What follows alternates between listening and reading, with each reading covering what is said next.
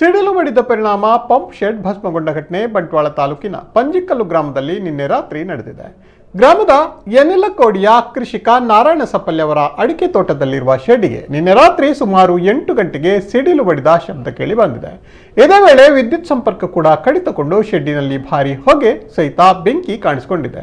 ಶೆಡ್ಡಿನ ಹಂಚು ಸಂಪೂರ್ಣ ಸುಟ್ಟು ಕುಸಿದು ಬೀಳುತ್ತಿದ್ದಂತೆ ಒಳಗೆ ಗೋಣಿಯಲ್ಲಿ ತುಂಬಿಸಿಟ್ಟಿದ್ದ ಒಣ ಅಡಿಕೆ, ತೆಂಗಿನಕಾಯಿ, ಕೊಳವೆ ಬಾವಿ ಪಂಪ್ ಸಹಿತ ಅಡಿಕೆ ಸಿಯುವ ಯಂತ್ರ, ಹುಲ್ಲು ಕಟಾವು ಯಂತ್ರ, ಪೀಠೋಪಕರಣಕ್ಕಾಗಿ ಸಂಗ್ರಹಿಸಿಟ್ಟಿದ್ದ ಮರದ ತುಂಡುಗಳು ಸುಟ್ಟು ಕರಕಲಾಗಿ ಲಕ್ಷಾಂತರ ರೂಪಾಯಿ ಮೌಲ್ಯದ ಸೊತ್ತಿಗೆ ಹಾನಿ ಉಂಟಾಗಿದೆ.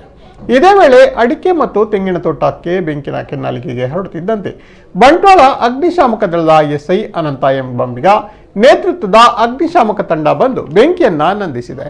ಗ್ರಾಮ ಕರ್ಣಿಕ ಕುಮಾರ್ ಅವರಿಗೆ ಮಾಹಿತಿ ನೀಡಲಾಗಿದೆ.